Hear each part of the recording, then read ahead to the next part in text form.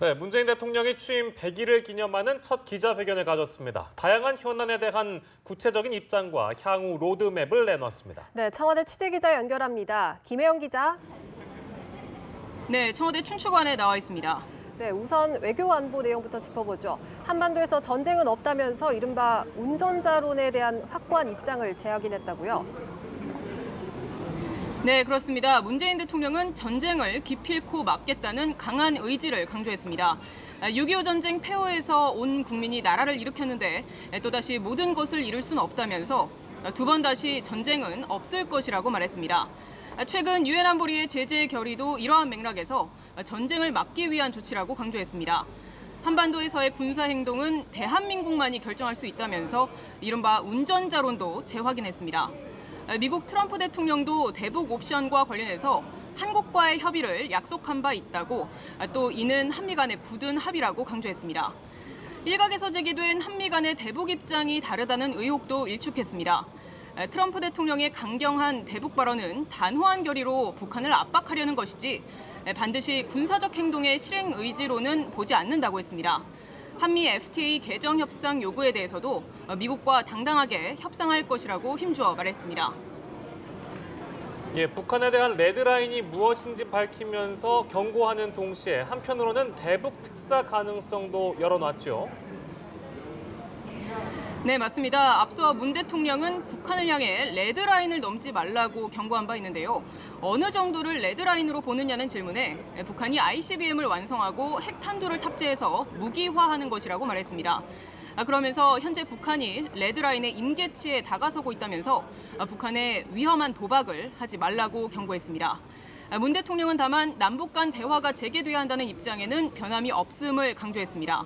북한이 도발을 멈추고 대화의 여건이 갖춰진다면 또 북핵 해결에 도움이 된다고 판단될 때 대북 특사도 고려할 수 있다고 말했습니다. 네, 또 적폐청산이나 개헌 문제 등 다양한 정치 현안에 대한 구상도 밝혔죠. 네, 문 대통령은 내년 지방선거 시기에 개헌을 하겠다는 약속에 변함이 없다고 했습니다.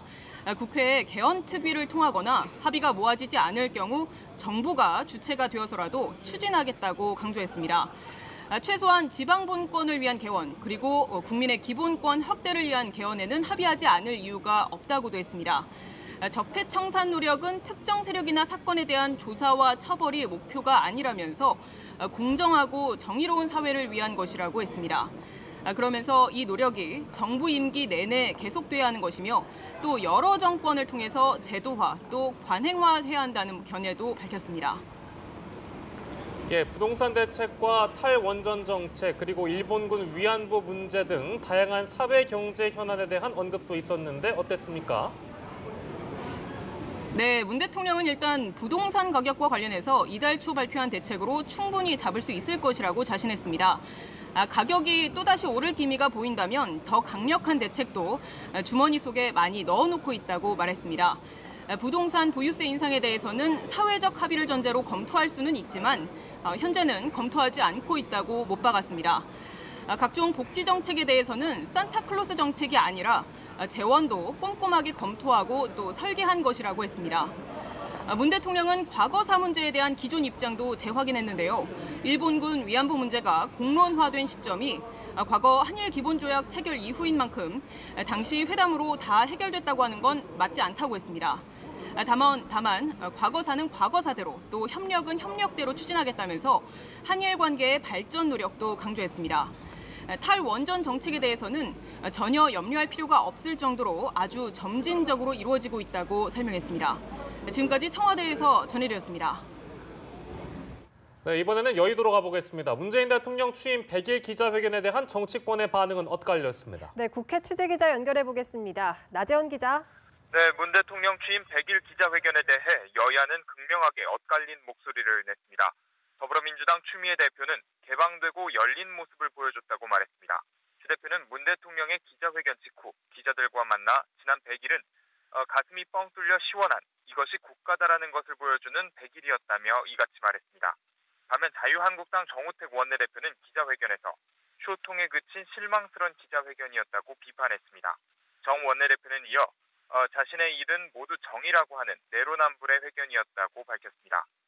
국민의당 송금주 수석 대변인은 논평에서 문 대통령이 제시한 청사진에 어떻게가 빠졌다고 지적하며 답변에 알맹이가 없고 문 대통령이 아니란 현실인식 수준을 보여줬다고 비판했습니다. 바른정당 전지명 대변인은 내용보다는 형식, 소통보다는 연출이 앞선 기자회견이었다며 북한 문제는 여전히 그 진위와 해법이 애매모호해 이해하기 어려웠고 인사와 조세 정책에 대한 답변은 당황스러웠다고 말했습니다. 한편 정의당은 야당 중 유일하게 긍정적인 반응을 내놨습니다. 최석 대변인은 국민과의 소통이라는 최소한의 의무도 지키지 못한 지난 정권과 확연히 다른 모습을 보여줬다고 평가했습니다. 예, 그런가 하면 국회는 김희수 헌법재판소장 후보자에 대한 임명 동의안 표결 처리에 합의했다고요? 네, 그렇습니다. 여야 원내수석부대표 간 회동에서 합의한 내용인데요. 이에 따라 오는 8월 31일 본회의에서 김희수 헌법재판소장 임명 동의안이 표결 처리된다면 김 후보자는 지난 6월 초 인사청문회를 마친 지 3개월여 만에 후보자의 신분을 벗게 됩니다. 또 대통령 친인척의 비위 행위에 대한 감찰을 담당하는 특별감찰관 3명을 여야 합의로 추천하기로 했습니다. 여야 공통 대선 공약에 대해서도 정책위의장 회동을 통해 입법화를 추진할 방침입니다. 국회는 오는 11월 1일 내년도 예산안 시정연설을 청취한 뒤 12월 1일 예산안 처리를 위한 본회의를 열기로 했습니다. 지금까지 국회에서 전해드렸습니다. 살충제 계란을 생산한 친환경 농장이 하루 사이 무더기로 적발됐습니다. 문제는 이들 농장 모두 국립농산물품질관리원으로부터 친환경 인증을 받은 곳들이라는 겁니다. 네, 이 인증만 믿고 비싼 값을 주며 사 먹었던 소비자들의 배신감이 커지고 있습니다. 한지희 기자입니다. 살충제 계란이 확인된 산란계 농장이 모두 31곳으로 늘었습니다. 특히 이 중 살충제 성분이 과다 검출돼 부적합 판정을 받은 농장은 27곳이었습니다. 35곳은 친환경 인증 기준을 위배했는데 이들 농장의 계란은 살충제 성분이 기준치 이하로 나와 인증 표시만 떼고 유통이 가능합니다. 총 62곳이 살충제를 써서는 안 되는 친환경 농장이었던 겁니다. 친환경 인증은 농림축산식품부 산하 농산물 품질관리원이 담당하는데 실제 인증 업무는 민간기관이 대행하고 있습니다. 총 4단계의 인증 절차 중 살충제를 포함한 농약 성분을 축사에 사용하지 못하게 하는 규정이 있지만 사실상 무용지물이었던 겁니다. 특히 잔류농약 등을 검사하는 사후 관리는 인력과 검사 시설 부족으로 해마다 한 번만 진행하고 있는 실정입니다. 정부에서는 이 민간 인증 기관에 대해서 공정성 있게 인증을 주고 있는지에 대한 철저한 관리가 필요한 거고요. 매뉴얼이 필요합니다. 건강에 더 좋을 것 같다는 믿음 때문에 일부러 친환경 농장의 계란을 구매해왔던 소비자들은 혼란스럽기만 합니다. 아기 키우는 입장에서 이런 뉴스거리 나올 때마다 가슴이 좀 그런데 지금 믿고 먹을 게 없고 친환경까지 그러니까 집에 있는 계란도 그렇고 먹일 만한 것들이 없어서 조금 부모 입장에서 마음이 좀 안 좋아요. 이번 파문을 계기로 친환경 인증서 발급기관에 대한 조사뿐만 아니라 인증제도 자체에 대한 재검토가 필요하다는 지적이 나오고 있습니다. 연합뉴스TV 한지입니다. 농림축산식품부는 살충제 계란 사태와 관련해 친환경 인증제 개편을 추진하고 근본적인 개선 대책을 조속히 수립하겠다고 밝혔습니다. 김경규 농식품부 기조실장은 국회 현안 보고에서 식품의약품안전처와 긴밀히 협력해 총력 대응하겠다며 이같이 말했습니다. 김영록 농식품부 장관은 상당수의 친환경 인증 농가 계란에서 살충제 성분이 검출된 것과 관련해 그 부분을 더욱 죄송하게 생각한다며 친환경 인증기관 통폐합을 검토하겠다고 밝혔습니다. 식품의약품안전처는 살충제 계란 파문과 관련해 유통 단계에 있는 계란의 수거 및 검사를 내일까지 실시하겠다고 밝혔습니다. 식약처는 지난 15일에서 16일 전국의 대형마트, 계란 수집 판매 업체, 집단 급식소 등에서 유통 판매 중인 계란 162건을 수거해 검사 중입니다. 113건에 대해서는 검사가 완료됐고 이미 발표한 2건에 비펜트린이 기준을 초과해 검출돼 식약처는 해당 제품에 대해 회수, 폐기 명령을 내렸습니다. 네, 닭에 절대 사용해서는 안 되는 피프로닐 성분의 살충제가 산란계 농장에서 암암리에 뿌려지는 것으로 드러났습니다. 네, 장기 손상 등을 유발할 수 있기 때문에 심지어 친환경 인증 농장도 이를 사용하다 정부 조사에서 적발됐습니다. 보도에 강창구 기자입니다. 경기도 포천에 있는 이 동물약품 취급업소는 닭에게 사용해서는 안 되는 살충제 피브로닐을 산란계 농장 4곳에 판매했습니다. 이 중 2곳에서 기준치의 3배에서 5배나 되는 피브로닐 성분이 검출됐습니다. 벼룩이나 진드기를 없애는 데 사용하는 피브로닐은 인체에 과다 노출되면 치명적인 질병을 유발할 수 있기 때문에 닭에게는 절대 사용해서는 안 됩니다. 하지만 진드기 피해를 줄이기 위해 산란계 농장에서 이 농약을 암암리에 사용하는 것으로 드러났습니다. 진드기가 엄청 많다고. 그 AI 이상으로 농가에서는 피해가 많은 거거든. 동물약품 도매상 쪽에서 구입을 하지. 피프로닐 성분이 검출된 계란을 생산한 농장이 정부 검사에서 속속 적발되고 있습니다. 이 중에는 미생물 발효 사료만을 먹인다는 친환경 인증 농장도 포함되어 있습니다. 저희도 잘 몰라요. 그냥 전혀 쓴 적이 없는데 나왔다고 하니까. 경기도 포천시는 피브로닐 살충제를 농장에 불법으로 공급한 동물약품 공급상을 행정처분하기로 했습니다. 동물용 의약품 지급 주치에서 그렇게 행정처분을 할 수 있죠. 하게 되면은 그따라 조치해야죠. 일부 농장주들의 양심을 저버린 금지 살충제 사용으로 우리 식탁이 위협받고 있습니다. 연합뉴스TV 강창우입니다. 살충제 계란 파문이 일파만파 퍼지고 있는 가운데 소비자들은 이미 산 계란을 먹어도 되는지를 가장 궁금해하고 있습니다. 네, 하지만 정부가 이를 알 수 있는 계란의 고유 번호 정보를 제대로 알리지 않아서 혼란이 가중되고 있습니다. 김동욱 기자입니다. 계란 껍데기에는 생산 지역과 농장을 표시하는 문자와 기호가 쓰여 있습니다. 경기는 08, 충남은 11 등 지역 번호 뒤에 마리와 지현 등 생산 농장 이름이 붙습니다. 따라서 문제가 된 농장 계란의 고유 번호인 08마리, 08LSH, 09지현, 08신선, 13정화, 11시온이 적힌 계란을 발견하면 반품을 해야 합니다. 이미 산 계란을 먹어도 되는지 여부를 알고 싶은 소비자들이 가장 궁금해하는 건 바로 이 계란 고유 번호입니다. 하지만 정부는 살충제 계란 관련 농장 전수조사 결과를 발표하면서 이 고유 번호는 제대로 설명하지 않았습니다. 강원도 철원이 공구 지연이고 양주가 공구 신선한 이 맞습니다. 그러면은 그 부분도 기자들의 항의가 이어진 다음 날 조사 결과 발표 때에도 계란 고유 번호를 단 한 곳도 바로 밝히지 않았습니다. 심지어 파악조차 못한 상태로 길게는 하루 정도 더 걸린다는 설명만 내놓았습니다. 식품의약품안전처 관계자는 부적합 판정이 나오면 농장에 가서 저장된 계란을 찍어온다며 확인 후 발표하겠다고 말했습니다. 정부가 살충제 농장에 대한 틀린 정보를 제공했다 오류를 잡는 등 우왕좌왕하는 모습을 보이는 데다 소비자들이 가장 궁금해하는 계란 고유 번호조차 늑장 발표하면서 혼란은 가중되고 있습니다. 연합뉴스TV 김동욱입니다. 호미로 막을 일을 가래로 막는다는 속담이 있습니다. 이번 살충제 계란 파동은 꼭 그 모양새입니다. 네, 3번이나 경고의 목소리가 나왔음에도 막지 못해서 화를 키웠습니다. 박진영 기자입니다. 지난해 10월 식약처 국정감사에서 살충제 계란 문제가 제기됐습니다.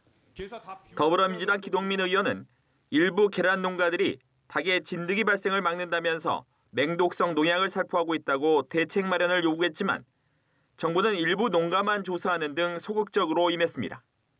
작년에 그 국감에서 문제 제기가 있은 이후에 60개 농가를 대상으로 했는데 왜 60개 농가만 이게 4.1%입니다. 조사를 했는지 또 그 이해가 안 가요. 지난 4월에는 살충제 계란을 발견했다는 소비자단체에 강력한 경고가 있었습니다. 한국소비자연맹은 지난 4월 6일 이미 피프로닐과 비펜트린이 기준치를 초과한 샘플이 있다고 공개했습니다. 이어 농식품부와 식약처에 공문을 보내 결과를 알리고 살충제 검출 여부를 공동 조사하자고 요청했지만 받아들여지지 않았습니다. 올해 3월에 전체 친환경 인증 농가 780곳 가운데 683곳을 현장 점검했지만 살충제 검출 보고는 없었기 때문입니다. 지난달 유럽에서 살충제 계란 공포가 시작됐지만 우리 정부는 느긋했습니다.